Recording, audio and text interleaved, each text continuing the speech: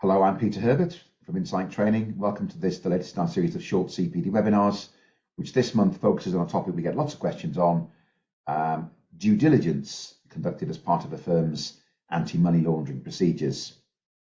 What we'll do in this short session is to give you an overview of the requirements, the key steps to follow in performing due diligence, and then drill down on some of the commonly asked questions and suggest some solutions.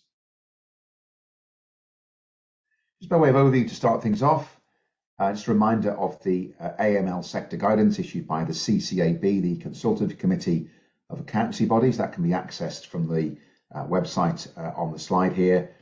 And that gives people working within the accountancy sector guidance on a range of requirements in terms of what they need to do to comply. The two, I suppose, that we focus on most on the longer courses tends to be reporting suspicious activity to the National Crime Agency, and very importantly as well, performing client due diligence. I would say both are equally important. I guess in the context of a professional body visit, they will look at the due diligence protocols in some detail that a firm has followed, and that's probably why that, of anything really, is the topic in this area that we do tend to find we get most questions on. In terms of the process, the client due diligence process end to end, we first of all gather some basic information. That, I guess, is our onboarding process, our new client take-on form. We then assess risk of money laundering and terrorist financing, and we conclude high, normal or low. If the perceived risk there is very high, we might choose not to take the client on at all. If we do conclude the risk is of a manageable level, we will then proceed to step 3, which is obtaining verification evidence. We then have to think about the ongoing due diligence requirements. And yes, that's going to involve reassessing risk on a regular basis, and then where appropriate, obtain updated verification evidence. It may be off the back of our reassessed risk. There's no requirement for updated verification evidence, but on some occasions that will be needed. And then what's required for all firms, except for sole practitioners with no staff, is for them to perform compliance checks. We'll talk about that briefly at the end of this short session. There's a very good resource on the ICW website and the ACCA website to help with compliance checks that firms might need to carry out. Okay, let's then start off with our first step, which is gathering information. And we're just going to put simply, as far as this step is concerned, just think about a couple of the common questions we get asked around the onboarding information that you need to gather at the point of taking a client on.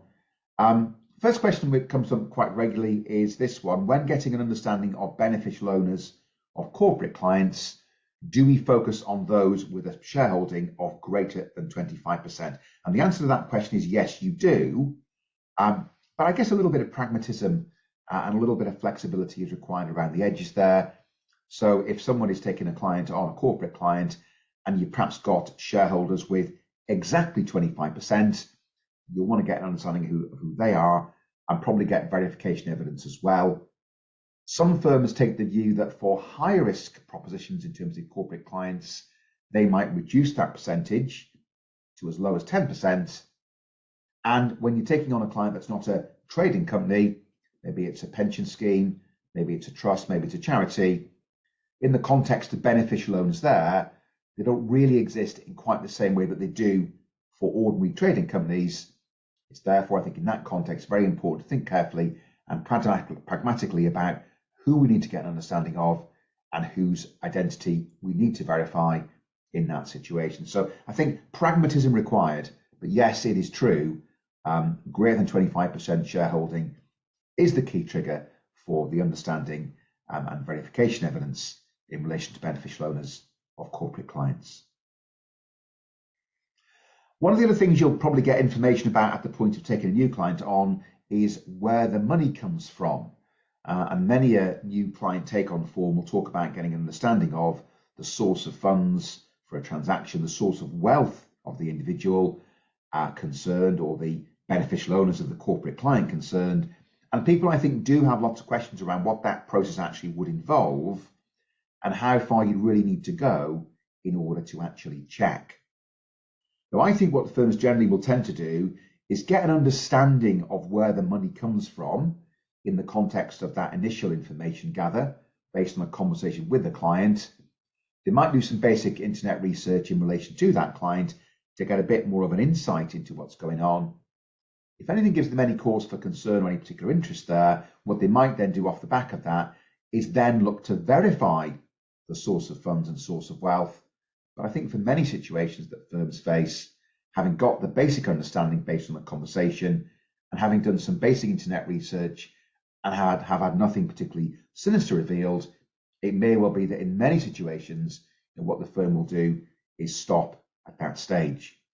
But I think of all the aspects we talk about in terms of the information gather, it is very often, I think, one of the trickier ones to grapple in terms of how far do you need to go and how much verification work is actually required.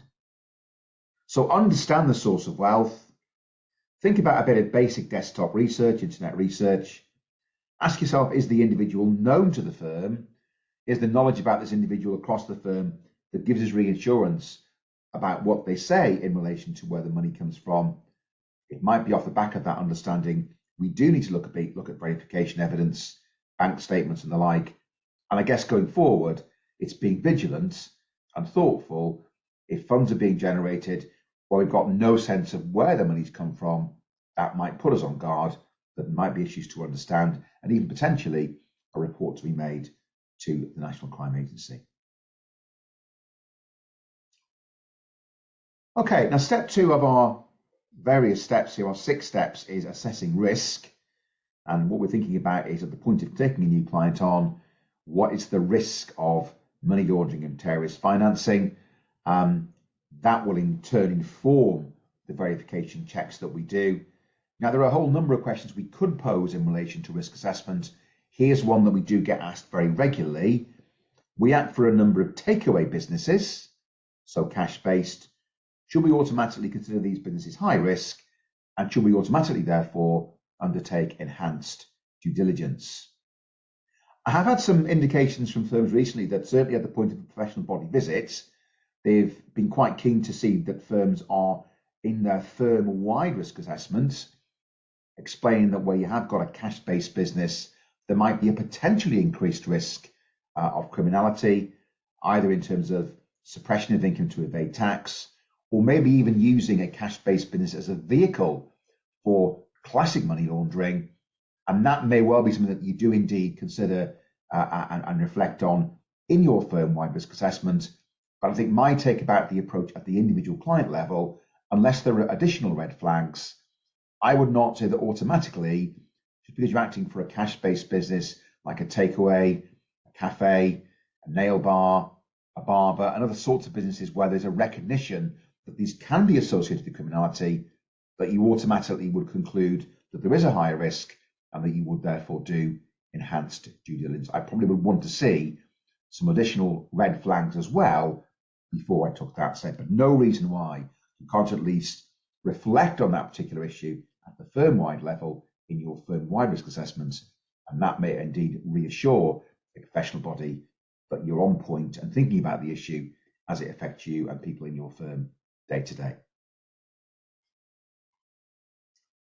Okay, now step 3 is verification checks. This slide gives you a summary of the requirements. So I guess in terms of clients generally, and perhaps thinking about the left-hand side where you're acting for individuals, identify the client, verify their ID, and very importantly, assess the purpose and intended nature of the business relationship. Why us?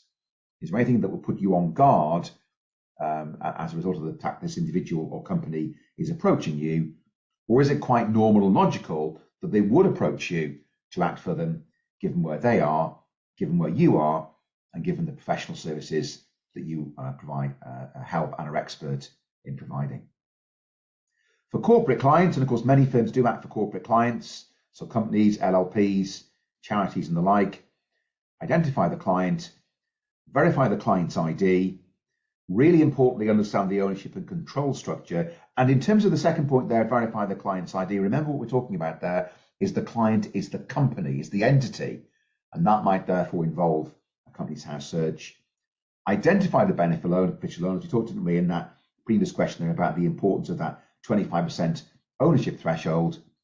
and then reasonable measures on a risk-based approach to verify the ID of the beneficial owners of that corporate client. A little bit more flexibility and wiggle room in relation to who you actually would do verification checks on in a corporate client environment based on reasonable measures on a risk-based approach. And that has to got to be thought through quite carefully, I would say, on a client-by-client basis.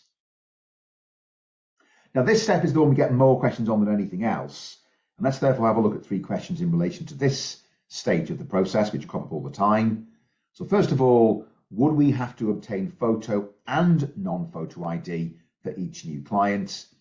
I mean, I've always thought over the years that based on what the regulations require, based on what the CCAB guidance requires, for a normal level of risk clients, one piece of photographic ID will suffice.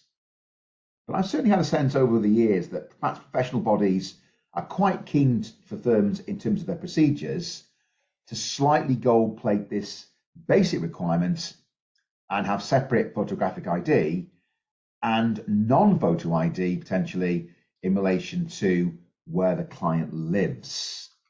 So again, it might be going down the route of a utility bill to get comfortable about that. Now, again, no imperative there. A really important consideration from a professional body point of view, I think, will be what does your own internal firm's protocol suggest that will be important. But yeah, I do think over the years, firms have lent towards getting separate evidence of who someone is and where they live. And that may well involve collecting one piece of photo ID and one piece of non-photo ID in terms of, for example, a utility bill. If individuals move, do we need to obtain replacement non-photo ID as proof of address? Well, again, it is all down to your individual firm's preferences, your individual firm's procedures.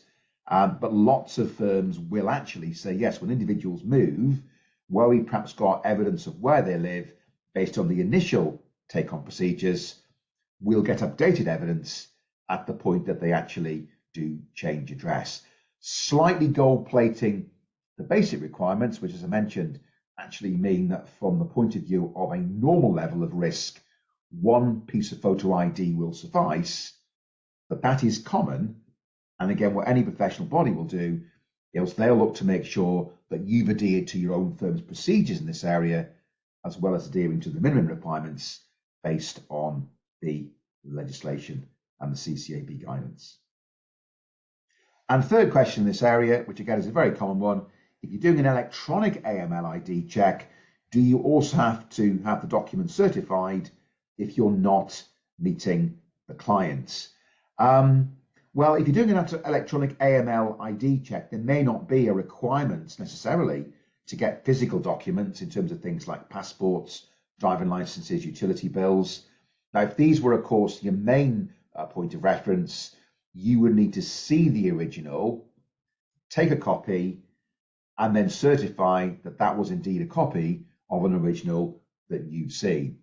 Where you're obtaining paper-based evidence to complement an electronic AML ID check that you're doing, and that can be quite a good idea just to get comfortable that the person giving you the information that you're plugging into your AML checking system is indeed the person that they say they are. I would say in that situation, yes, those documents help to validate what's being input, but I wouldn't be so keen to ensure that those documents were certified, because you are, of course, in that situation doing the electronic check as well. Obviously, again, always overridden potentially by your firm's internal procedures, but that would be my take, certainly, as far as that question is concerned. Now, stages 4 and 5 are involving the ongoing monitoring. So as we saw in that earlier slide, we reassess risk and then do further verification checks if we need to. This, I think, from a firm's point of view, is actually quite burdensome, but it is a requirement and something that we would find professional bodies will indeed look at on a visit. And what the regulations and CCAB guidance talk about here is event-driven reviews, basically prompted by changes in client circumstances, and periodic reviews performed from time to time, just to make sure the paperwork is all in order and everything is appropriately up to date. And what you'll tend to find is firms will get involved in performing both one at the point that circumstances change, and one periodically in any instance. Now, again, we got loads of questions on that. Let me again focus, if I could, just on two here. And here are two of the common questions we get about the ongoing monitoring. First of all, I suppose, how often should we be doing it? How often should we be doing a periodic updating of our ID documents and our risk assessments for a client if we're using a paper-based approach to verification checking? Well, I've thought over the years that generally every year kind of makes sense. Every client, every time, every year has been my mantra historically. But what I've got a sense of, certainly professional bodies in recent times, is where firms are quite on point in terms of doing those event-driven reviews, where they update documentation when circumstances change. The periodic review might be done on a less frequent basis than every year. It might be every second year, every third year, wherever you deem to be appropriate in the circumstance. So no hard and fast rule there, but that gives you an indication of what I think professional bodies in practice are looking for. And the final question here, and one that we get loads of questions on, as part of an ongoing review, it comes to light that a passport has expired. Do we need to take action? I think as far as that one's concerned, again, it really does depend what your own firm's internal procedures say. As far as I'm concerned, the key thing is, was the passport valid when you saw it? I'm not particularly fixated, therefore, on getting new passports when old passports expire. Some people take the opposite view, and again, it's all down fundamentally to the protocols you follow within your firm. And then finally, those compliance checks. I think probably a proportionate approach here. Going back to my earlier point, you technically need those for any firm other than a sole practitioner working on their own. Now, again, if you're a sole practitioner with staff, you're probably still, from an AL point of view, going to roll your sleeves up and do a lot of this AML procedural stuff yourself. And if that's the case, I would say the need for very detailed compliance checks, not quite so important if you're in a much bigger firm where a lot of the heavy lifting here is being delegated to members of the team. Then these compliance checks are really key. Now, from an institute point of view, there's a very helpful compliance review checklist on their website. You can see a screenshot of that here. And from an ACCA point of view, there's very good resources as well available. A very useful checklist help sheet produced recently by the ACCA called Am I AML Compliant? And that's available to anybody in any firm, whatever their professional body. But yeah, very good resources there. Do use them. We again would expect a professional body to see that you're checking compliance periodically rather than relying on them to carry that process for you. Okay, so lots more we could have talked about there, but that's just a quick run through the 6 key steps. I picked up on 1 or 2 questions there along the way. Hope that was useful. If you want more on AML and more on client due diligence, do attend our forthcoming AML update and refresher course on our public program on Wednesday, June the 14th, and you can click on our website at the address here to get access to a booking form there, or just drop us a note and we'll get you booked on. For any more information about our program generally, including that AML update course, do go onto our website at www.insight-training.co.uk. And for any questions or queries about the content of this particular short session, do drop us an email at inquiries@insight-training.co.uk. Okay, hope that was useful. Great to speak to you all. Speak to you all again soon. Thank you.